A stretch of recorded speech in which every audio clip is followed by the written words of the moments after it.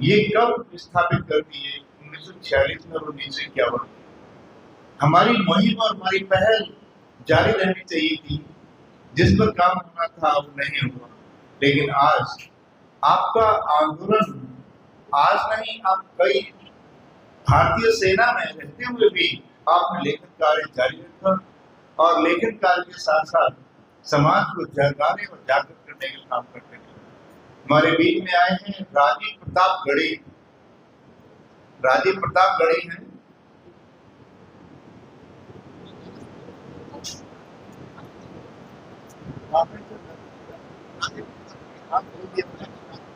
राजीव प्रताप गढ़ी ये कुछ अपने नए तरीके से इनकी पेशकश होती है और शायरी करते हैं। राजीव प्रताप कार्य था इस क्षेत्र में, उन्होंने उसको पूरा करने का प्रयत्न किया। ये उनकी एक बहुत बड़ी मान्यता है। आप जानते हैं, आप बहुत लोग समझते हैं कि डॉक्टर अंबेडकर जी जिस समय अपनी पढ़ाई करते थे उन्हें क्लासरूम में भी बैठना अलाउ नहीं किया गया था। कई बार उन्हें बाहर निकाल दिया गया। खिड़की पर खड़े होकर उन्होंने अपनी पढ़ाई की। ये ऐसा समय था जो बहुत ही एक ऐसी उपेक्षा का समय था जो जिसका आभास हम लोग नहीं कर सकते। जो लोग किसी चीज़ का आभास करते हैं, किसी चीज़ का देखते हैं, करते हैं, उन्हीं को उसका ज़्यादा ज्ञान होता है। हमारे बीच में आज जो स्टेज पर आए हुए हैं इस प्रोग्राम में, उसमें ओपी गौतम जी जो आपने बताया है कि मैनेजर हैं, ये मैनेजमेंट करते हैं 13-14 अप्रैल के अवसर पर, और डॉक्टर सरोज जो हमारे बैच हैं, जो हमारे दिल्ली यूनिवर्सिटी के प्रोफेसर हैं, और हमारे बीच में आए हुए अनिल कुमार जी हैं,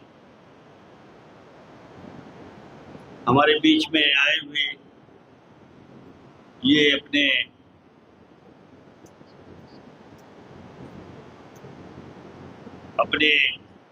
जो रविदास संस्था के पूर्व प्रेसिडेंट रहे हैं, और हमारे बीच में आए हुए राजीव कुमार जी, प्रमोद कुमार जी मेहरा जो आईजी यूनिवर्सिटी में हैं। इनका आपने भाषण सुना और अपनी बातों को उनको बहुत गौर से सुना और आपसे उनसे कुछ न कुछ सीखा है। साथियों, एजुकेशन एक ऐसी चीज़ है कि जो इंसान को इंसान बनाती है। ऐसा नहीं है कि हम बहुत पढ़कर ही इंसान बनते हैं। मनुष्य के अंदर बहुत ही इतने गुण होते हैं कि वो कभी न कभी उद्धृत हो जाते हैं। लेकिन कुछ ऐसे भी व्यक्ति हैं हमारे बीच में जो बहुत पढ़े लिखे भी नहीं हैं, लेकिन उन्होंने बहुत बड़े काम किए, बहुत बड़े काम किए। आप एग्जाम्पल दे सकते हैं, जवाहरलाल नेहरू के समय में हमारे वो थे, प्रेसिडेंट थे, इसके क्या नाम था, कामराज जी थे। कामराज जी ने ज़्यादा पढ़े लिखे नहीं थे, लेकिन उन्होंने जवाहरलाल नेहरू की गद्दी को हिला दिया। तो देखिए, ऐसा नहीं है कि भाई ज़्यादा पढ़ना लिखना हमारी सोच को ज़्यादा डेवलप करता है।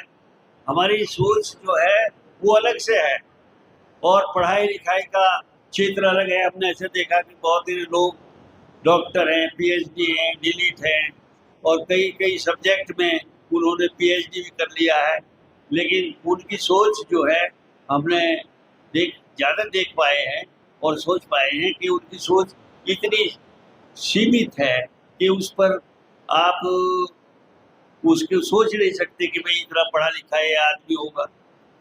देखिए, ये एजुकेशन जो है वो अलग चीज़ है। एजुकेशन में आदमी को वास्तव में रिफॉर्म करती है और आगे बढ़ाती है।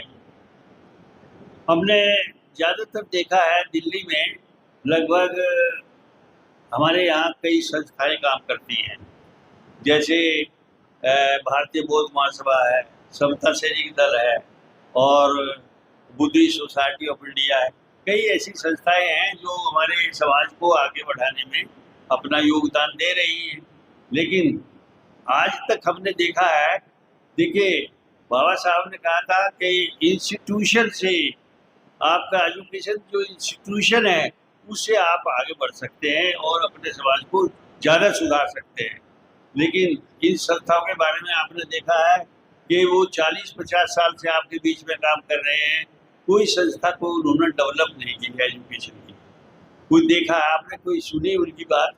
वो आते हैं साल में 6 महीने में या जब भी उन्हें मौका मिलता है, जब भी अवसर होता है, और वो अपना आप लोगों से मिलते हैं, कुछ थोड़ा सा चंदा ले लेते हैं और वो चले जाते हैं।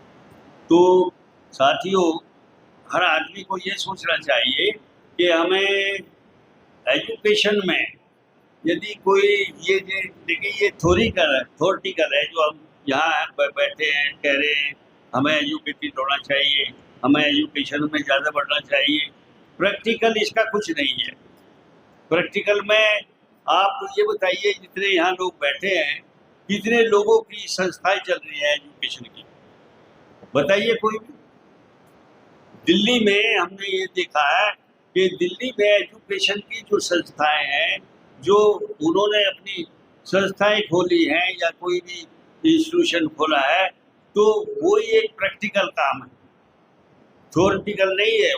तो हमें ज़्यादातर इसके लिए सोचना चाहिए कि एजुकेशन के जो सेंटर हैं, हम ज़्यादा से ज़्यादा अपने समाज के लिए, अपने लोगों के लिए आगे बढ़ने के लिए उनको ज़्यादा से ज़्यादा डेवलप करें।